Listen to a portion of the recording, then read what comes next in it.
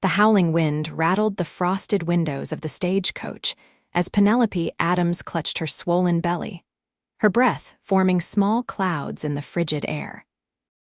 The driver had abandoned her at the remote outpost, claiming the roads ahead were too treacherous in the blizzard. But Penelope knew the truth. No one wanted to be responsible for a woman 8 months with child. Wyoming Territory, 1878. Winter had descended on the frontier with a vengeance that December. The small outpost near Laramie was barely more than a dilapidated shack. The promised way station to Cheyenne, nothing but a cruel joke. Penelope shivered as she gazed at the snow-covered landscape around her, the mountains in the distance disappearing behind a veil of white. "Please," she whispered, her voice cracking with desperation as her hand caressed her rounded belly. The baby kicked strongly, as if responding to its mother's distress. "Just a little longer, little one." She'd been a schoolteacher in St. Louis until 6 months ago, when a hasty marriage to a man she barely knew had turned her life upside down. Thomas had promised her the world, a beautiful home in California, wealth from his gold mining ventures. Instead, he'd left her in a boarding house in Denver with barely enough money for food, promising to return once he'd established their new home. The letter that had arrived 3 weeks ago wasn't from Thomas. It was from a mining company, expressing condolences for her husband's death in a cave-in. With nowhere to go and no money, she'd decided to journey to her cousin's home in Cheyenne. The stagecoach had been her last hope until the driver had looked at her with contempt and refused to continue. "You'll freeze to death out here," he'd said dismissively, before turning the coach around, leaving her with nothing but her carpet bag and the clothes on her back. Night was falling, and with it, the temperature. Penelope staggered toward the abandoned outpost, forcing the frozen door open with her shoulder. The interior was hardly warmer than outside, but at least the wind couldn't reach her. A small, rusted stove sat in the corner, but there was no wood, no supplies, just dust and the skeletal remnants of furniture. Tears streamed down her face as she sank onto the bare wooden floor, her back against the wall. She'd survived so much already, but this seemed like the end. Her fingers had gone numb, and her teeth chattered so violently she feared they might break. "I'm sorry," she whispered to her unborn child. "I've failed you." The sound of horses' hooves was so faint at first, Penelope thought she was hallucinating. But then came the creak of a wagon, the snort of horses, and voices carried on the wind. She tried to stand to call out, but her legs refused to cooperate. Instead, she pounded her fist against the wall, hoping someone might hear. The door swung open, bringing with it a gust of snow and a tall, broad-shouldered figure silhouetted against the stormy twilight. "Hello," a deep voice called. "Anyone in here? Help," Penelope managed through chattering teeth. The figure stepped inside, followed by a lantern that illuminated his features, a rugged face with a strong jaw, partially hidden beneath a thick beard frosted with snow. Deep-set eyes the color of warm whiskey widened as they took in her condition. "Good Lord, madam." He rushed forward, kneeling beside her. His gloved hands touched her face, concern etched in every line of his expression. "You're half frozen. Pee, please," she whispered. "Gideon," a second voice called from outside. "Wagon's secured. What you find? Get in here, Miles." The man called Gideon shouted, "And bring my bedroll and supplies. There's a woman and she's with child." The second man appeared, cursing under his breath when he saw Penelope. "Jesus, Gid, she looks bad. We need a fire now." Gideon's voice was calm but carried an unmistakable authority. He shrugged out of his heavy coat and wrapped it around Penelope's shoulders. The warmth of his body heat still clung to the fabric, and she nearly wept from the small mercy. "The stove," she managed, pointing toward the corner. Gideon Quinn, for that was his full name as she would later learn, glanced where she indicated. "Miles, check if that old thing still works. I'll get her comfortable." With gentle efficiency, Gideon arranged his bedroll near where the stove stood, then carefully helped Penelope onto it. His movements were practiced yet cautious, mindful of her pregnant state. The compassion in his eyes made her throat tighten. "I'm Gideon Quinn, madam. That's Miles Holden. We're ranchers from south of here. Got caught in this storm on our way back from Laramie." "Penelope," she whispered. "Penelope Adams. Mrs. Adams," he nodded respectfully. "Where's your husband?" The question brought fresh tears to her eyes. "Dead. Mining accident." Something dark flashed across Gideon's face, anger perhaps, at whoever had left her in such a state. "Who left you here?"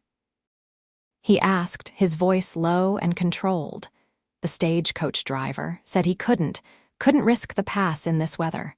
Miles had managed to examine the stove. "Chimney's clear enough, Gid. If we had wood, this thing might actually work." Gideon's jaw tightened. "Get the axe from the wagon. There's deadwood by those trees we passed. And bring in those supplies, all of them. We're not going anywhere tonight." While Miles trudged back out into the storm, Gideon turned his full attention to Penelope. From a canteen at his belt, he offered her small sips of water. His hands were large and calloused, but they moved with surprising gentleness. "When's the baby due?" he asked quietly. "A month," she replied, her voice steadier now. "Maybe less," he nodded gravely. "Mrs. Adams, I promise you this, I'll get you both somewhere safe. You have my word." There was something in the way he said it, a solemn oath rather than empty comfort, that made Penelope believe him. Despite everything, the cold, the abandonment, the fear, she felt the first stirring of hope. Miles returned, arms laden with chopped wood. With efficient movements, the two men got the ancient stove working. Soon, a small fire crackled behind its iron grate, casting a warm glow throughout the sparse room. Gideon positioned Penelope closer to the heat, wrapping her in another blanket from their supplies. "You need to warm up slowly," he explained. "Too fast could shock your system." As the warmth gradually seeped into her bones, Penelope observed her rescuers. Miles was younger, perhaps in his mid-20s, with a friendly, open face, but it was Gideon who drew her attention. He moved with the quiet confidence of a man accustomed to responsibility. His clothes were simple but well-maintained denim pants, a woolen shirt, and leather vest. The 6-gun at his hip seemed as natural a part of him as his arms or legs. "Thank you," she said softly, as he handed her a tin cup filled with hot coffee sweetened with a touch of sugar. "No need for thanks," he replied, his voice a reassuring rumble. "No decent man would leave a woman in your condition." "The stagecoach driver did," she pointed out, a hint of bitterness creeping into her voice. Gideon's expression darkened. "Some men don't deserve the title." He hesitated, then asked, "Where were you heading, Mrs. Adams?" "Cheyenne. My cousin lives there." She sipped the coffee, savoring its warmth. "After Thomas died, I had nowhere else to go." "Cheyenne's still 3 days' journey in good weather," Miles remarked, frowning. "In this storm," Gideon shot him a warning look. "Our ranch is closer. Once this weather breaks, we can take you there. It's modest, but you'll be safe and warm until we can arrange proper transport to Cheyenne." "I couldn't impose." "You wouldn't be imposing," Gideon insisted. "Our housekeeper, Mrs. Winters, would appreciate female company, and we're closer to a town called Watsonville. Small place, but there's a doctor there who could check on you and the baby." The mention of a doctor made Penelope's heart leap. She hadn't seen one since leaving Denver, and the baby had been increasingly active lately. "That's very kind of you, Mr. Quinn." "Gideon," he corrected with a small smile that transformed his serious face. "If we're going to be traveling together, I reckon we can use first names." Miles had begun preparing a simple meal from their supplies: beans, salt pork, and hardtack softened in the beans' broth. The smell made Penelope's stomach growl embarrassingly loud, reminding her she hadn't eaten since early morning. "Sounds like someone's hungry," Miles grinned, passing her a tin plate.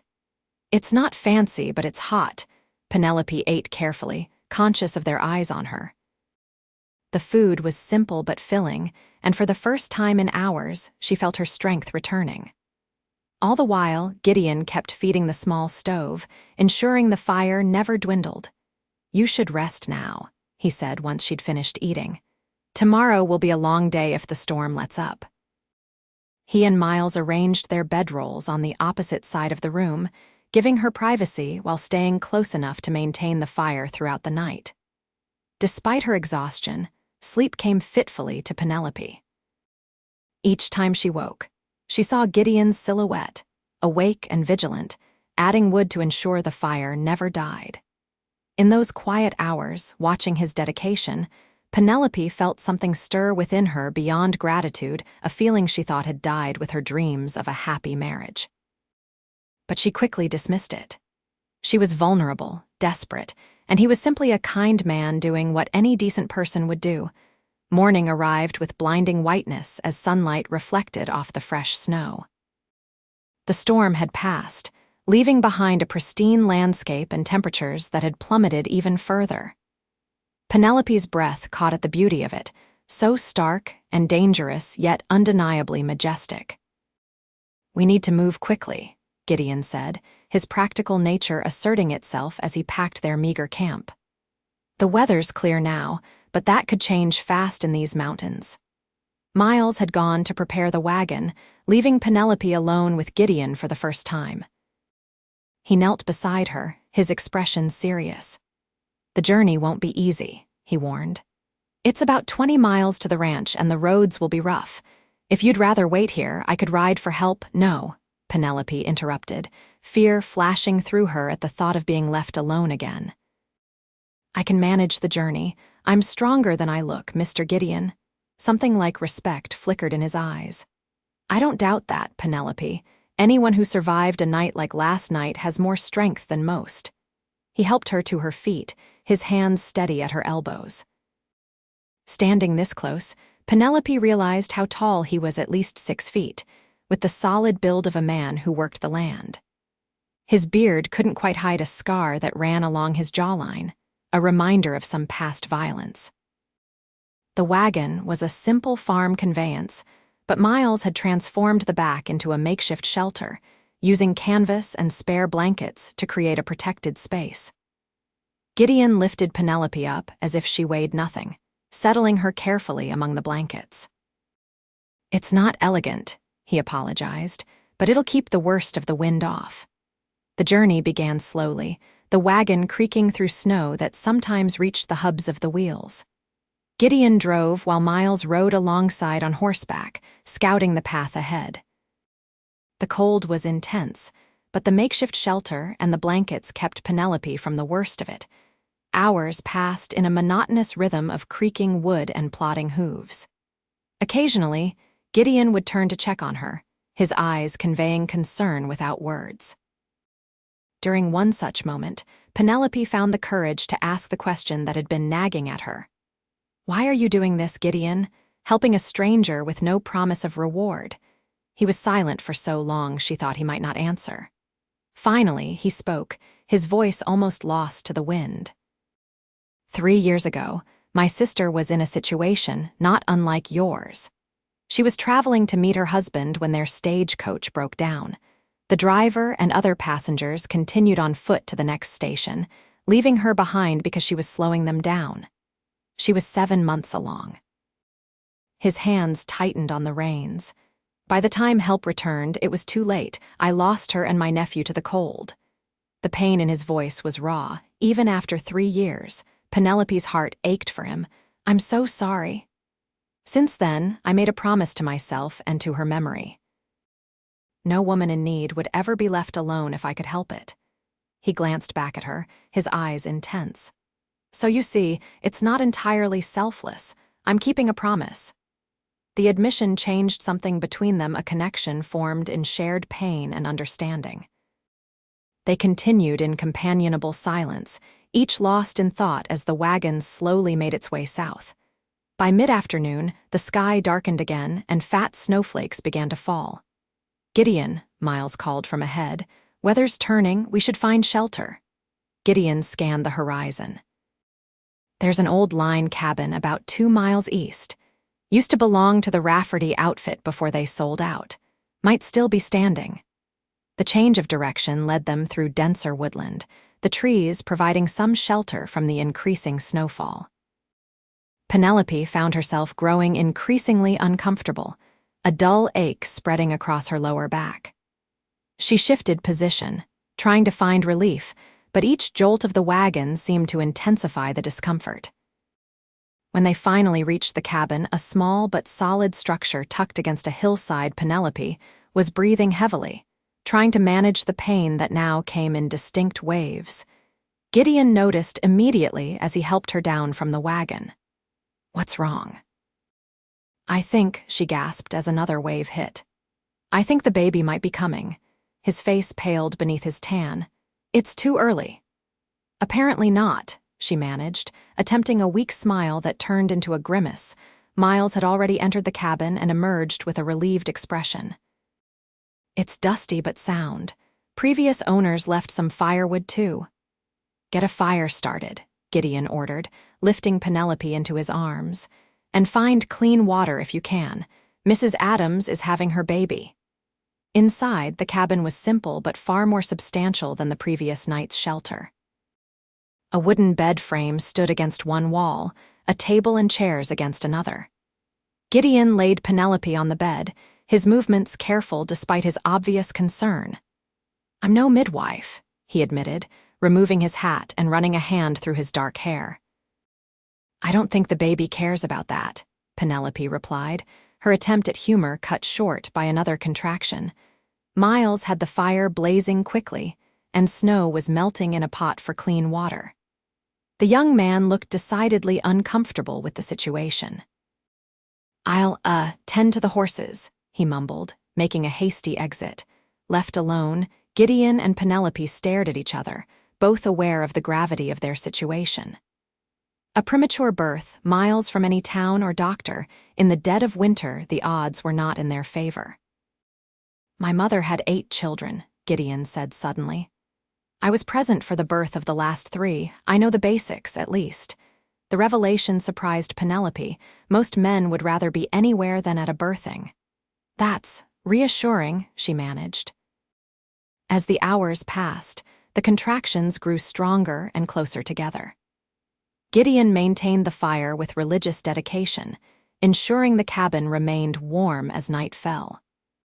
He helped Penelope walk when she needed to move, supported her back when the pain was too intense to stand, and spoke to her in a steady, calm voice that became her anchor. "Tell me about yourself," she asked during a brief respite from the pain.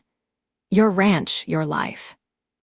Whether recognizing her need for distraction or simply willing to oblige, Gideon settled on a chair beside the bed and began to talk. He spoke of his ranch, 1,200 acres of good grazing land with a creek running through it. Of the small herd of cattle he was building, selecting for hardiness rather than size. Of Mrs. Winters, the widow who kept house for him and Miles, and who treated them both like the sons she never had. "Miles is your partner?" Penelope asked, her hands clutching the rough blanket as another contraction began. "Brother-in-law," Gideon corrected. "My sister's husband. He came to me after she died, lost and grief-stricken. Working the ranch gave him purpose again." Their conversation was interrupted by a particularly strong contraction that left Penelope gasping. Gideon checked her progress with clinical detachment that somehow wasn't embarrassing, his experience with his mother's births evident in his calm efficiency. "The baby's coming soon," he said. "You're doing well, Penelope." The next hours blurred into a haze of pain and effort for Penelope. Gideon never left her side, his strong hands supporting her, his voice encouraging her when her strength faltered. The fire burned steady and warm, a constant presence like the man who tended it. Just before midnight, with a final, powerful push, Penelope's child entered the world. Gideon caught the tiny infant in hands that suddenly seemed too large, too rough for such a delicate task. But they moved with surprising dexterity as he cleared the baby's mouth and nose, then smiled as a lusty cry filled the cabin. "You have a son," he announced, wrapping the newborn in a clean shirt. A small one, but strong. Tears streamed down Penelope's face as Gideon placed the baby in her arms. Despite being early, the boy was indeed strong, his cry vigorous and his tiny fists waving in outrage at the cold world he'd entered. His face was red and wrinkled, with a shock of dark hair plastered to his head. "Hello, little one," she whispered, counting fingers and toes with a mother's careful scrutiny. "You've had quite an entrance." Gideon busied himself with the practical aftermath of birth, his movements efficient and respectful. When everything was clean and settled, he stoked the fire again, ensuring the room remained comfortably warm for mother and child. Miles finally braved a return, his face breaking into a wide grin at the sight of the baby. "Well done, Mrs. Adams," he said, his voice thick with emotion. "Thank you both," Penelope replied, exhaustion making her words slur slightly. "I don't know what would have happened if you hadn't found me." Gideon's eyes met hers across the room, "but we did find you, and that's what matters now." The baby began to fuss, and Penelope awkwardly tried to position him to nurse. Gideon respectfully turned away, giving her privacy, but his voice floated back to her.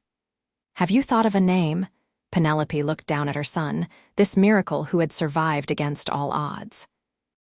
"Thomas, after his father?" She considered briefly, then shook her head. The man who had abandoned her to chase gold deserved no such honor. "Gabriel," she decided suddenly. "It means God is my strength, and he must be for us to have survived." "Gabriel," Gideon repeated approvingly. "A good, strong name." The next morning brought clear skies but temperatures so low that ice formed on the inside of the cabin's small window. Gideon and Miles conferred quietly by the door while Penelope nursed Gabriel.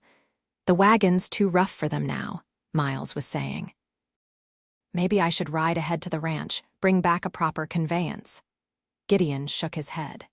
"Too risky to split up with another storm brewing. I can feel it in my bones. We'll need to stay here at least another day or two until she's stronger." Their provisions were limited. They'd packed only for a day trip to Laramie, but Gideon was a resourceful man. While Miles stayed with Penelope and the baby, he took his rifle and ventured out, returning 2 hours later with a snowshoe hare.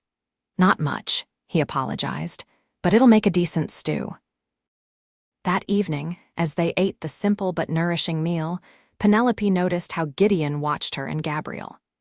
There was something in his gaze, a yearning, perhaps, or a shadow of what might have been with his own family.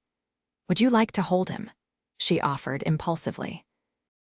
Gideon hesitated, then nodded, a vulnerability showing in his features that tugged at Penelope's heart. He took Gabriel with surprising confidence, cradling the tiny boy against his broad chest. "Hello, young man," he murmured, one calloused finger gently stroking the baby's cheek. "You've got your mother's strength, that's plain to see." The tenderness of the moment caught Penelope off guard. In that instant, watching this rugged cowboy hold her son with such care, something shifted inside her, a recognition of what a good man truly looked like. For 3 days, they remained at the cabin while Penelope regained her strength. Gideon kept the fire burning continuously, venturing out only to hunt or gather more firewood.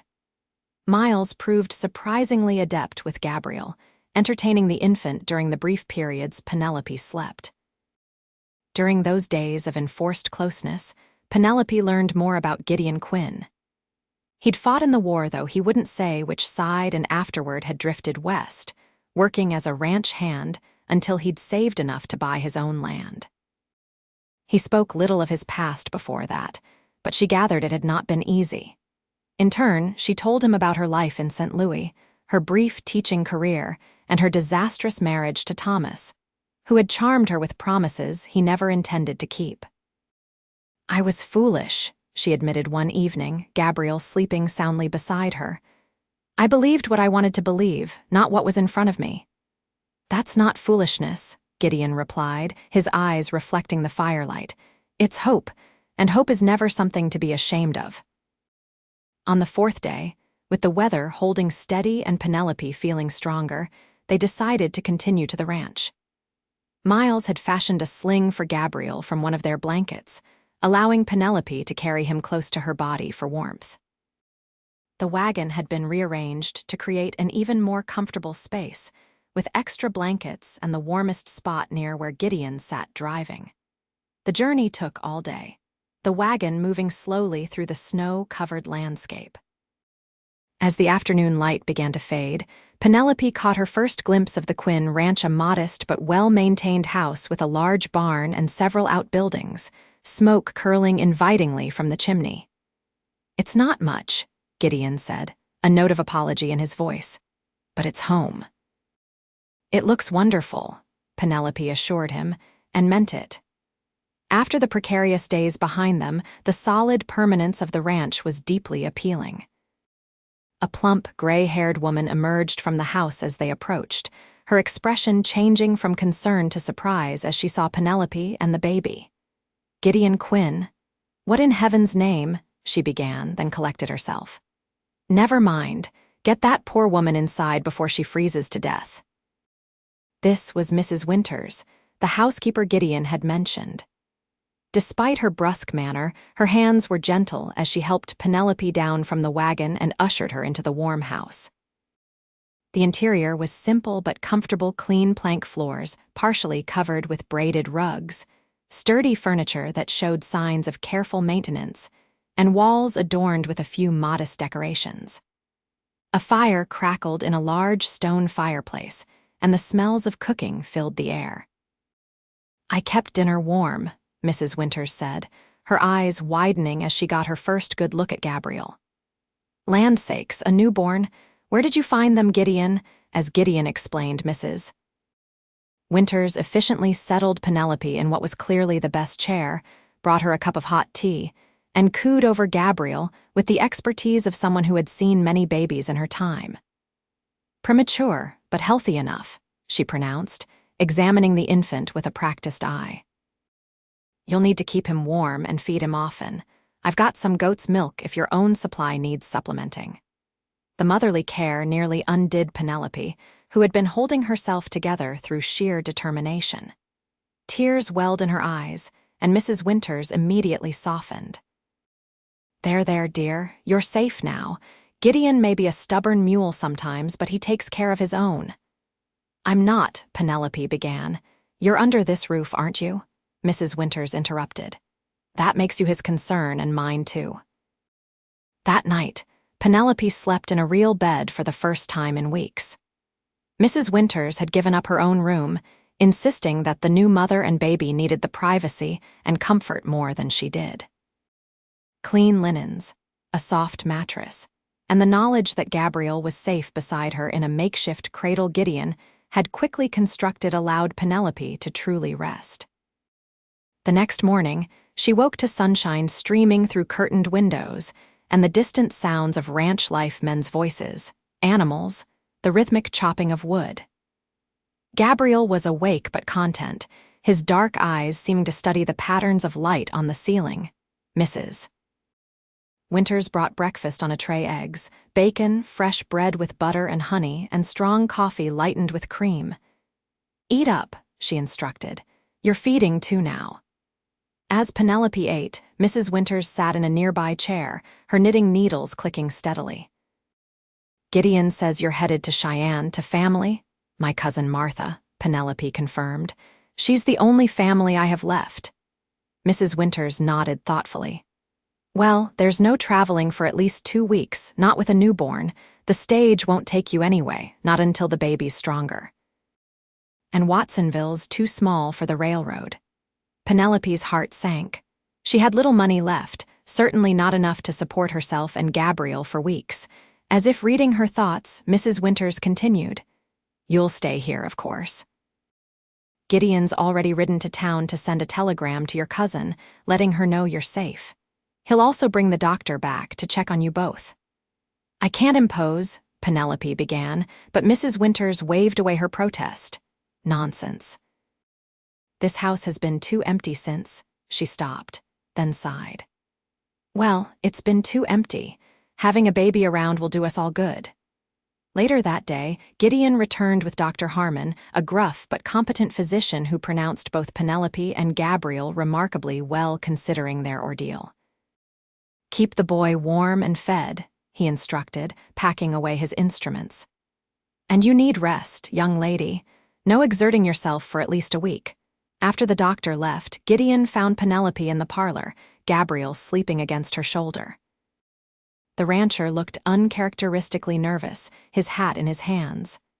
"I sent the telegram to your cousin," he said, "and I took the liberty of explaining the situation, your husband's passing, the baby's birth. I hope that was acceptable." "Of course," Penelope assured him. "Thank you." "Did you receive a reply?" Gideon nodded, hesitation clear in his expression. "She sent one right away. She's glad you're safe," but he stopped, seemingly reluctant to continue. "What is it?" Penelope prompted, a knot forming in her stomach. "She and her husband are leaving for Europe in 2 weeks. Her husband's business requires it. They'll be gone at least a year, possibly longer." He met her eyes directly. "She says you're welcome when they return, but she can't accommodate you now." The news hit Penelope like a physical blow. Her last hope, her only plan, dissolved in an instant. "I see," she managed, her voice barely audible. Gideon stepped closer, his expression earnest. "You and Gabriel are welcome here for as long as you need. I want you to know that." "We can't stay indefinitely," Penelope protested, though the prospect of leaving the safety of the ranch terrified her. "I need to find work, establish myself somehow." "There's a need for a teacher in Watsonville," Gideon said carefully. "The last one left to get married 3 months ago. The town council's been looking for a replacement." Penelope's mind raced. Teaching was what she knew, what she was trained for. But a single mother with a newborn. Would they even consider me? With Gabriel, "I'm on the council," Gideon admitted. "And I can assure you, your qualifications would be more important than your circumstances. We're not so formal out here." The offer was tempting, almost too good to be true. A position doing work she loved, in a town close enough to the safety of this ranch, and the people who had already shown her such kindness. "Think about it," Gideon urged. "There's no rush to decide." But Penelope had already made up her mind. With no other options and a child to support, she couldn't afford to refuse such an opportunity. "I accept with gratitude. When could I start?" Gideon's smile transformed his serious face. "Not until you're fully recovered." The town's managed this long without a teacher. It can wait a few more weeks. The next days fell into a comfortable rhythm. Penelope rested and cared for Gabriel, who thrived in the warmth and stability of the ranch. Mrs. Winters proved to be a fountain of practical advice about infant care, while Miles delighted in playing the role of honorary uncle. Gideon maintained a respectful distance, clearly conscious of propriety, but his consideration never wavered. He brought special treats from town oranges that must have cost a fortune so far from California. A soft blanket for Gabriel, new books for Penelope to read during the long winter evenings. 2 weeks after their arrival, Penelope ventured outside for the first time, bundled against the cold with Gabriel securely wrapped against her chest. The ranch was larger than she'd initially realized, with good outbuildings and corrals containing several fine horses. She found Gideon in the barn, repairing a piece of tack. He looked up at her entrance, his expression warming. "Should you be out in this cold?" he asked, concerned. "Dr. Harmon said fresh air would do us both good, as long as we don't stay out too long." Penelope moved closer, intrigued by his work. "What are you making?" "Fixing this bridle," he explained, showing her the fine stitching. "It was my father's. He taught me leatherwork when I was a boy." Penelope studied the intricate designs tooled into the leather. "It's beautiful." "You're very skilled." Gideon shrugged, seemingly embarrassed by the praise. "Practical skill, that's all. You have many of those," she observed. "Ranching, hunting, midwifery." She smiled at the last and was rewarded with a rare chuckle from him. "Never thought I'd add that one to my list," he admitted. A comfortable silence fell between them as Gideon resumed his work. Penelope watched his hands, strong and capable, handling the delicate task with surprising gentleness. The same hands that had delivered her son, that had kept a fire burning through the coldest nights to ensure their survival. "Why haven't you married, Gideon?" The question slipped out before she could reconsider its propriety. His hands stilled momentarily, then resumed their rhythm. "Never found the right woman, I suppose, or when I did, circumstances weren't favorable."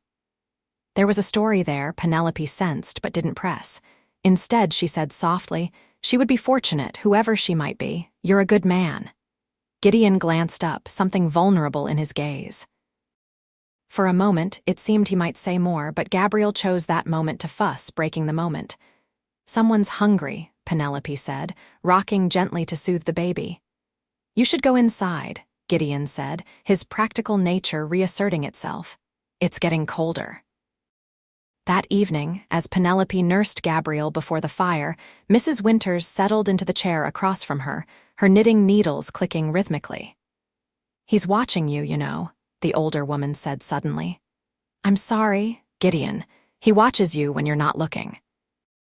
The way a thirsty man watches water. Heat crept into Penelope's cheeks. "Mrs. Winters, I've known that boy since he came to these parts 12 years ago, never seen him look at any woman the way he looks at you." Mrs. Winters set her knitting aside. "He deserves happiness after everything." "And so do you, I expect." "It's too soon," Penelope protested.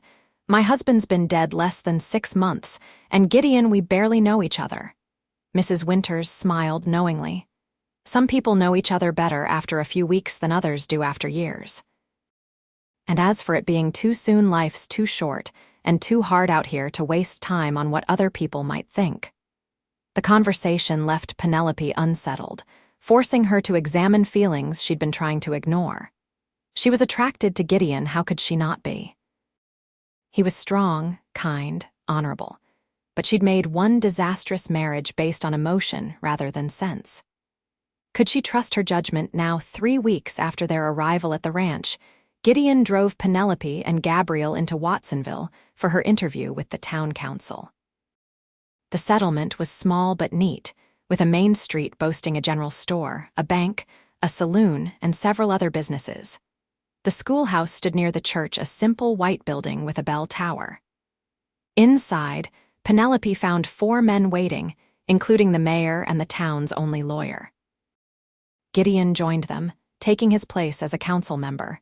The interview was thorough but fair. They asked about her education, her teaching experience in St. Louis, her philosophy on discipline and curriculum. No one mentioned her status as a widow with a newborn, though she caught curious glances at Gabriel, who slept peacefully in his sling throughout the proceedings. When they had finished their questions, the mayor asked Gideon to escort Penelope outside while they deliberated. On the schoolhouse steps, Penelope's nerve finally faltered. "What if they say no?" she whispered. "What will I do then?" Gideon's hand covered hers briefly, a gesture of reassurance. "They won't. You were excellent and they're knowledgeable, confident. They'd be fools to refuse you." His faith in her was touching and steadying. Penelope took a deep breath, centering herself. "If they do accept me, I'll need to find lodgings in town." Something flickered across Gideon's face, disappointment, perhaps. "The position comes with accommodations rooms above the schoolhouse." "But they're small, and winter nights can be cold." "I'm sure they'll be fine," Penelope assured him, though the thought of leaving the comfort and safety of the ranch was daunting. Before Gideon could respond, the schoolhouse door opened and the council members emerged, their expressions carefully neutral. "Mrs. Adams," the mayor said formally, "the council has reached a unanimous decision. We would like to offer you the position of teacher for the Watsonville school to commence at the beginning of next month."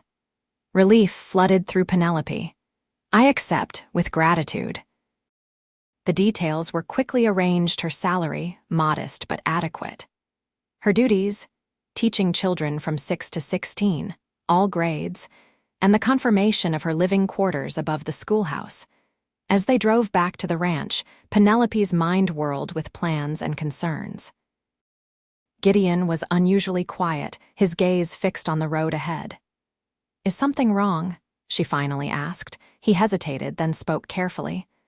"I'm pleased for you. The position suits you well, but the accommodations, they're very basic, and with a young baby alone." He trailed off, then seemed to gather his courage. You and Gabriel could continue to stay at the ranch. It's only 3 miles to town. I could drive you each morning. The offer was tempting, too tempting. Penelope knew that prolonging their stay would only deepen her feelings for Gideon, feelings that complicated an already complex situation. "That's very kind," she said softly, "but I need to establish my independence, for Gabriel's sake as much as my own." Gideon nodded, accepting her decision with the same quiet respect he'd shown in all their interactions. "The offer remains open, should you change your mind." The next 2 weeks passed in a flurry of preparation. Mrs. Winters insisted on sending Penelope with household basics linens, cookware, preserved foods. Gideon and Miles repaired and reinforced the rooms above the schoolhouse, adding extra insulation against the cold and fixing a small stove that had been sitting unused. The day before Penelope was to move to town, a heavy snowstorm descended, blanketing the ranch in white. By morning, drifts had piled against the barn and outbuildings, making travel impossible. "You won't be going anywhere today," Gideon announced at breakfast. "Roads are impassable." Penelope felt a mix of disappointment and relief. She was eager to begin her new life, but dreaded leaving the ranch that had become a haven. With travel impossible, the day stretched before them. Mrs. Winters seized the opportunity to teach Penelope how to make her famous sourdough bread, a skill that would serve her well in her new independence. Miles entertained Gabriel, who at 6 weeks old had begun to show personality alert, observant, with a smile that appeared most readily for his mother but occasionally for others. As evening approached, the storm showed no signs of abating. After dinner, Mrs. Winters retired early, claiming fatigue. Miles followed soon after, leaving Penelope and Gideon alone in the parlor with only the crackling fire and sleeping Gabriel for company. The intimacy of the moment was not lost on Penelope. Gideon sat in his usual chair, a book open on his knee, but his gaze kept drifting to her rather than the pages. "What are you reading?" she asked, to break the increasingly charged silence.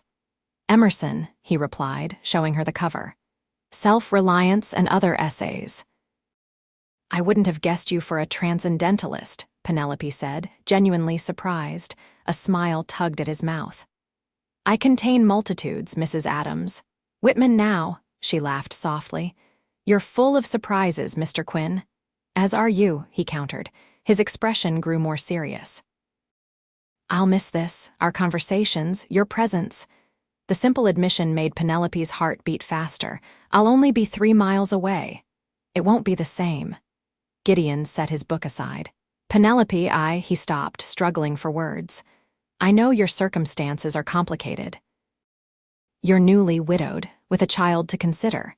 And I respect your desire for independence, but I want you to know that I care for you. More than I should, perhaps, given the short time we've known each other." Penelope's breath caught. She had suspected his feelings, had seen the way he looked at her when he thought she wasn't aware. But hearing him voice them made them real in a way she wasn't prepared for. "Gideon, you don't need to respond," he said quickly. "I don't expect anything.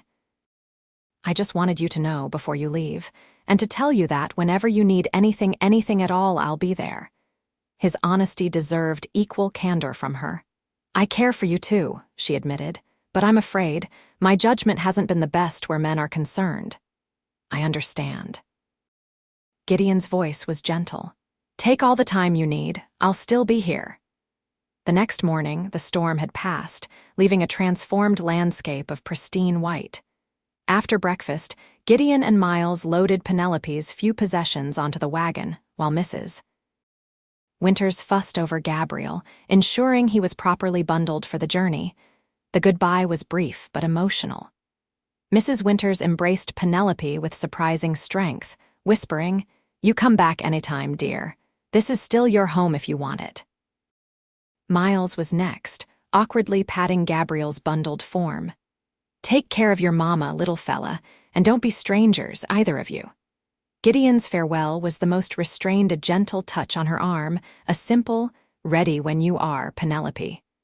but his eyes said everything his words did not. The journey to town was slow, the wagon creating its own path through the fresh snow. Penelope held Gabriel close, her mind alternately racing forward to the challenges ahead and looking back at what she was leaving behind.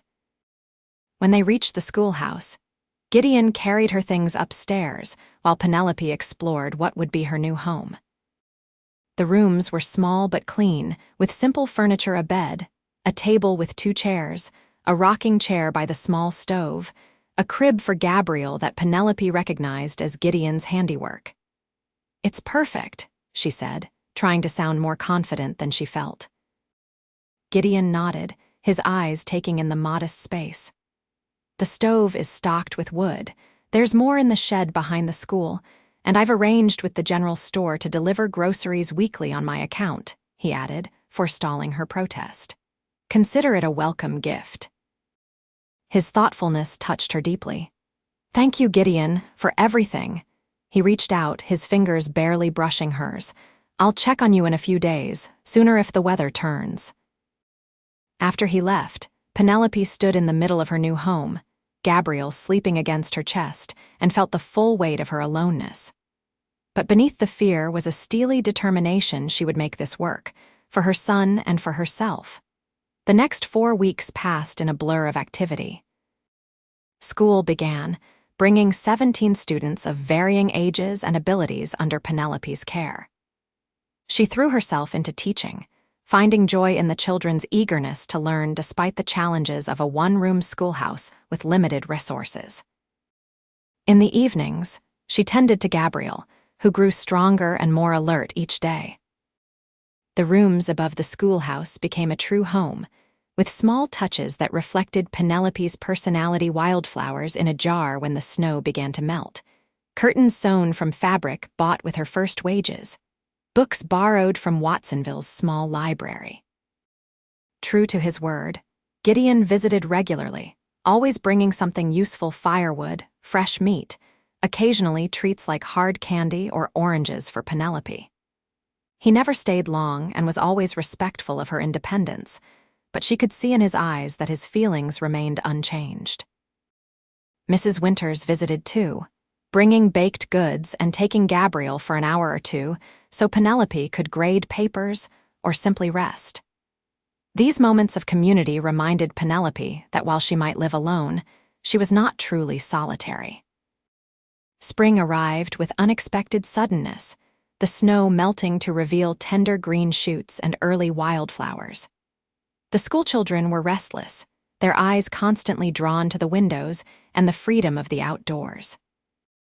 Penelope adapted her lessons, incorporating nature walks and outdoor mathematics lessons that used sticks and stones for counting. On a particularly beautiful Saturday in early May, Gideon arrived at the schoolhouse on horseback rather than in his wagon. Gabriel, now 4 months old, greeted him with the wide, gummy smile he reserved for his favorite people. "I thought you might enjoy a ride," Gideon said. "The wildflowers are blooming in the North Meadow, and I have a sturdy mount that can carry both you and Gabriel safely." The invitation was tempting.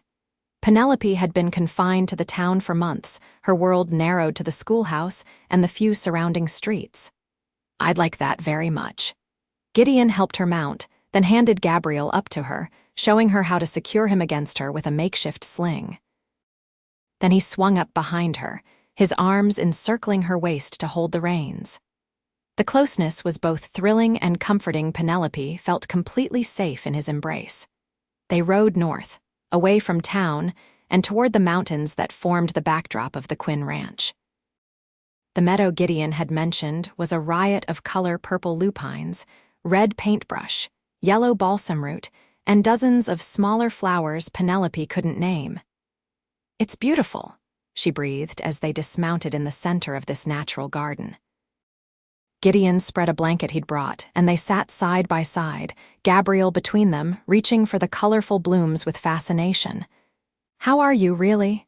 Gideon asked after a comfortable silence. "Teaching, mothering, it can't be easy." "It isn't," Penelope admitted, "but it's fulfilling. I'm building something for Gabriel and for myself, a future that's secure. Gideon nodded, his eyes on the distant mountains. You've shown remarkable strength. I admire that about you. I've had help, she reminded him. I couldn't have done this without you, Mrs. Winters, Miles, all of you. That's what community means out here, Gideon said. We support each other. Life's too harsh otherwise. They talked easily as the afternoon passed, moving from topic to topic with the comfort of old friends. Gideon spoke more openly than usual, telling her about his childhood in Virginia, his complicated relationship with his father, his service during the war on the Union side. I came west afterward, looking for something, he confessed. I didn't know what until I found this land. Something about it spoke to me, the openness, the challenge, the potential. And now, Penelope asked, have you found what you were looking for? His eyes met hers directly. Parts of it, not all. The implication hung between them, unspoken but clear. As the sun began its descent toward the horizon, Gideon reluctantly suggested they return to town. The ride back was quieter, both lost in thought. At the schoolhouse, Gideon helped Penelope dismount, his hands lingering at her waist slightly longer than necessary. Gabriel had fallen asleep, his small body warm against Penelope's chest. Thank you for today, she said softly. It was exactly what I needed. Gideon's expression was earnest. Penelope, he stopped, seeming to reconsider his words. I should go school tomorrow. It's Sunday tomorrow, she reminded him with a small smile. So it is. A flush crept up his neck. Still, you need your rest. Impulsively, Penelope reached up and touched his cheek. You're a good man, Gideon Quinn. Thank you for your patience. He caught her hand, pressing it briefly against his heart. For you, always. The months that followed brought a deepening of their relationship. Gideon's visits became more frequent, and Penelope occasionally rode out to the ranch on weekends. Gabriel securely fastened in a special carrier Gideon had designed for his horse. The townsfolk noticed, of course. Watsonville was too small for anything to go unobserved, especially the growing attachment between the respected rancher and the new schoolteacher. But aside from some good-natured teasing, most seemed to approve of the match. You two make sense together, Mrs. Winters remarked one Sunday after church, when Penelope and Gabriel had joined the ranch household for dinner. Anyone with eyes can see it. Summer arrived in full force, bringing hot days that turned the schoolhouse into an oven by mid-afternoon. Gideon arrived one particularly sweltering day with a wagon filled with children from outlying farms. Field trip, he announced to Penelope's surprised face. To the creek on my property. Educational geology, biology, and the practical science of staying cool. The children cheered, and Penelope couldn't help but laugh at his resourcefulness. The day at the creek was a delight. The children splashed and learned, collected rocks and identified plants under Penelope's guidance. Gabriel, now 8 months old and crawling with determination, explored the grassy bank under the watchful eyes of both Penelope and Gideon. As the children played, Gideon sat beside Penelope in the shade of a large cottonwood. You're a wonderful teacher, he observed. These children are fortunate. I love it, she admitted. Though sometimes I worry about Gabriel. When he's older, will I be able to be both teacher and mother effectively? Gideon's expression grew serious. You don't have to do it alone, Penelope. She glanced at him, her heart racing at the implication. Gideon, I've been patient, he said quietly. I've tried to give you time and space, but my feelings haven't changed, they've only grown stronger. I love you, Penelope, and Gabriel too, as if he were my own. The declaration, though not entirely unexpected, still took her breath away. Gideon, you don't need to answer now, he assured her. I just wanted you to know where I stand. But Penelope had known her own heart for some time. I love you too, she said simply. I have for months. I was just afraid of making another mistake, of risking Gabriel's happiness as well as my own. And now, Gideon's voice was husky with emotion. Now I know you better, she replied. I trust you and I trust my feelings for you. His hand found hers, fingers intertwining. Marry me, Penelope. Let me be a father to Gabriel, a husband to you. Let me keep a fire burning for both of you that never goes out." Tears sprang to her eyes at the reference to that first night, when he'd maintained the fire that had kept her and her unborn son alive. "Yes," she whispered. "Yes, I'll marry you." Their wedding took place in September, when the aspens had turned gold and the air carried the first hint of autumn's chill. The entire town of Watsonville attended, along with ranchers and farmers from miles around.